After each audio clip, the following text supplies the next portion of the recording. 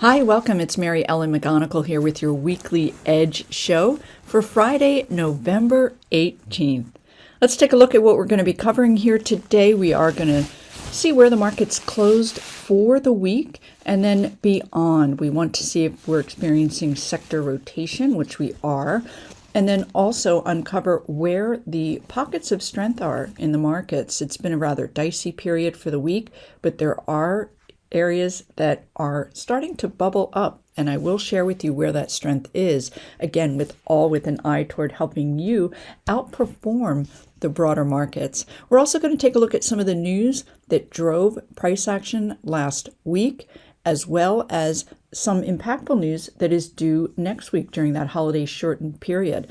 Last up is going to be viewer question of the week. And the question is all about how one can uncover high yielding stocks that are poised to trade higher from here. So I'll go ahead and share with you one particularly fertile area of the markets and suggested stocks. So let's go ahead and get started with that economic data. Last week we did see an add-on to last week's soft consumer price index report. As you may recall, that really propelled the markets higher last Thursday.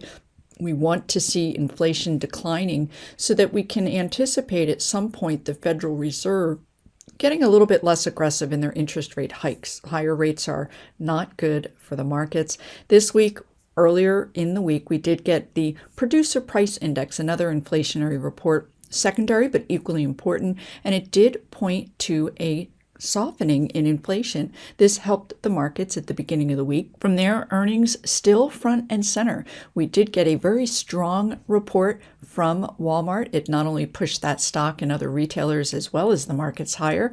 The next day, Target came out with very weak earnings and a weak outlook, and we did see a subsequent pullback. So again, we can see earnings as a key driver here continuing as we progress through third quarter earnings season. Retail sales numbers, they did jump in October. Now, this was certainly good news for some of these retailers, but not good news to the Federal Reserve. They are on the lookout to reduce consumer spending, or at least see a reduction in that, because higher spending does in turn push inflation higher. And we're all about getting that inflation leveling out and then lowered. Also, we did get employment numbers on Thursday, and it did show that layoffs are beginning to rise. So again, we're in that period where good news for the economy, such as retail sales higher, is bad for the markets, as well as not great news for the economy, where layoffs are beginning to rise, is good news for the markets, because this is what the Fed is aiming for. Next week, I mentioned we do have a number of reports out, and durable goods is one of them. Manufacturing PMI. These are two areas that have been impactful in the past, but of most note is the fact that on Wednesday, we will see the notes from the Federal Reserve's latest meeting, and this is going to be very closely examined. Investors want further hints or guidance as to the Federal Reserve's outline for their continued increase in interest rates. So let's go ahead and take a look. Where did the markets close for the week? And here we are with the daily price chart of the S&P 500. And we can see this is last Thursday's big move higher, actually into Friday. And then this week, we did bounce around quite a bit. And I talked about some of those data points that drove price action in the markets. But at the end of the week, we did close above this 10-day simple moving average. That's your green line there. And then also we are right above that 5-day simple moving average as well. So net, we remain in an uptrend. Your outside momentum indicators are positive. And we can see your next area of upside resistance will be this 200-day simple moving average. So we're going to really be paying close attention to price action around that. However, near-term uptrend remains intact. From here, let's go ahead and take a look at the underlying sectors. These are the 11 sectors in the S&P 500.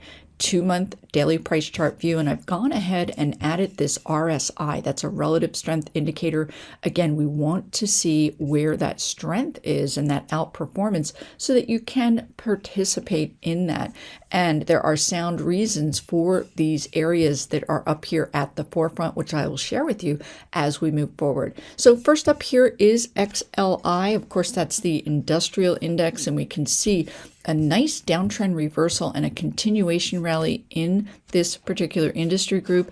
This is all about earnings. A number of these building materials, construction, Caterpillar among them, are all coming out with not only earnings above estimates, but many of these companies are guiding growth higher. So a nice sound reason for this area to be outperforming. Next up are consumer staple stocks. Now, of course, this is a more defensive area, but this is one of those higher yielding areas with these staples names on the rise. It was the top performer this past week.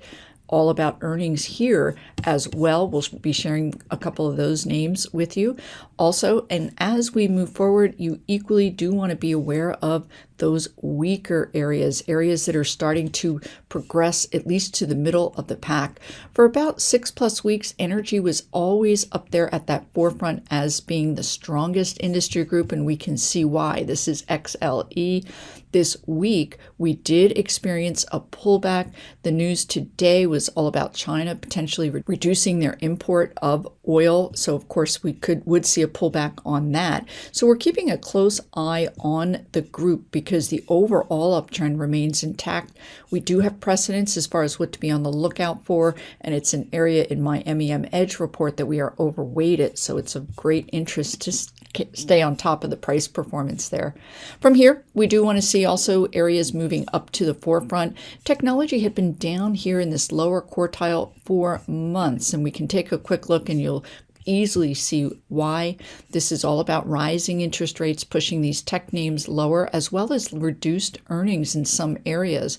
More recently, we're getting this nice downtrend reversal rally, and we can see outside momentum remains positive. This sector's price action is above each of these shorter term moving averages, and I'll share with you bright spots among technology as well. Other areas that are potentially reversing their downtrends: real estate and utilities. They fare better in a lowering interest rate environment, so keeping a close eye on that area as well. From here, I will share with you ETFs that really are very telling as it relates to underneath those sectors, pinpointing where the strength is. So again, a 2-month daily price chart view, we can see the Dow Jones Industrial Average remains up here in the forefront, and a number of these outperformers are going to have strong numbers, but also nice high yields. So I will be sharing some of those names. Also, we talked about technology, and take a look. Semiconductor stocks had a big move, double digit last week on that CPI print that came in softer than anticipated. This week, semiconductors pulled back after a major semiconductor company announced reduced demand levels for their memory chips. However, we can see that the semiconductor group did bounce quite nicely from a pullback to that 10-day simple moving average. Outside momentum indicators in positive territory. We have a couple of names on my MEM Edge report that are in this group that are still looking really attractive. From here, as it relates to those areas underperforming, the news here is that the US dollar, it did level off and is potentially poised to trade higher. This decline in the dollar was another constructive backdrop as it relates to the downtrend reversal we've seen, or this near-term rally in the broader markets. So we're keeping a close eye on the dollar. It is up a little bit this week. Likewise with the yield on that 10-year, this lower interest rate environment, good for the markets. We did close the week flat, so keeping an eye on that, because should we see rates continue to creep higher, that would not be very good for the broader markets. So from here, I did mention that I was going to share with you, based on a viewer question, where you can quite easily access stocks that have higher yields and could conceivably be more defensive in this very dicey period that we're in with the broader markets. But also, these companies are sound and they are growing. So you have a nice double edge where that growth is in place, but they're offering a nice yield to buffer any volatility. What I have here is a list of the Dividend Aristocrats group. These are a list of stocks that have increased their yield every year for at least 25 years. So I've listed this grouping here, again, that RSI, and descending order, where is that strength? Now, a number of these names that are up here at the forefront have experienced significant moves. However, their longer term charts point to further potential upside. First up, let's take a look at IBM, the strongest, and we can certainly see why. This is all about strong earnings, strong growth outlook, really confirmed uptrend. Now, by most accounts and really all accounts on this daily chart, the stock is overbought. But if we pull up a weekly chart, you can get a sense that there is a little more on the way of upside here. This is your MACD, black line up through the red, and we are still at that midpoint level relative to how high we can get. Likewise with that RSI above 50, but we're not quite in overbought territory on the weekly. IBM has a nice 5.5% yield. Next up, let's take a look. I talked about consumer staples on the move. Again, all about earnings. This is Kimberly-Clark, KMB. Very similar in the sense that it's experienced this nice downtrend reversal. I'm going to go ahead and pull up that full quote, which will give us the yield for each of these companies. KMB, nice 3.5% yielder, gap up to day. Now, this also is overbought. I would look for a pullback to this 10-day simple moving average, which is at 127.3, as a potential buy point. From here, going back to that list, I did want to just share with you thematic moves, because most of these downtrend reversals and nice healthy rallies were started by strong earnings from that company. Here's Expeditors, EXPD. This company does provide logistics to transportation companies. And here we are with that gap up, super strong earnings. Let's take a look at some of the other dynamics here, and I'll mark this up very quickly to share with you what to be on the lookout for, because we do still have some companies due to report earnings. You do want to see nice high volume, this gap up here, which pushed EXPD above its 200-day simple moving average. In turn, we had that MACD trending higher in positive territory. And then we can also see your RSI is positive as well. This is that pullback concept that I talked about when we were looking at KMB. If we can get a pullback similar to EXPD to that 10-day simple moving average, that often proves to be an ideal buy point, setting the stock up for further upside. From here, we do want to move along and take a look at some of these other names that are up here at the forefront, because you will see themes. I talked about industrial stocks on the move. This is Illinois Toolworks, ITW. Again, nice confirmed uptrend, but let's go ahead and move more to the middle of this listing here so that we can get stocks that are potentially a little bit earlier in their advance. CTAS, another strong gap up on earnings.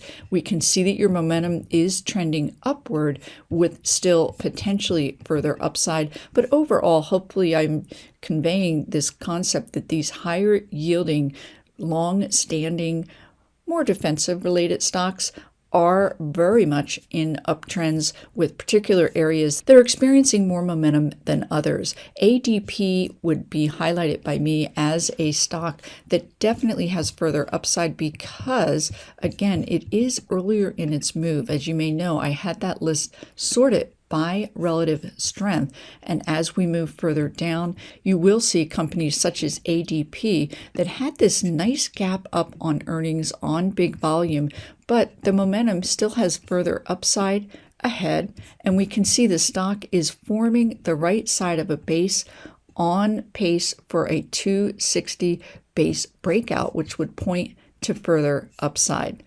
I'm going to leave it there, everyone. I hope you have a wonderful Thanksgiving week, and I look forward to seeing you here again soon. Hey, Mary Ellen here with Simpler Trading.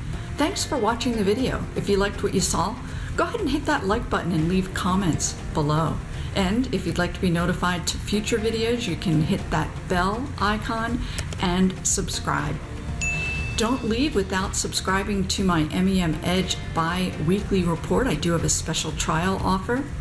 And for those who'd like to learn about trading live with us, you can go ahead to simplertrading.com to learn more.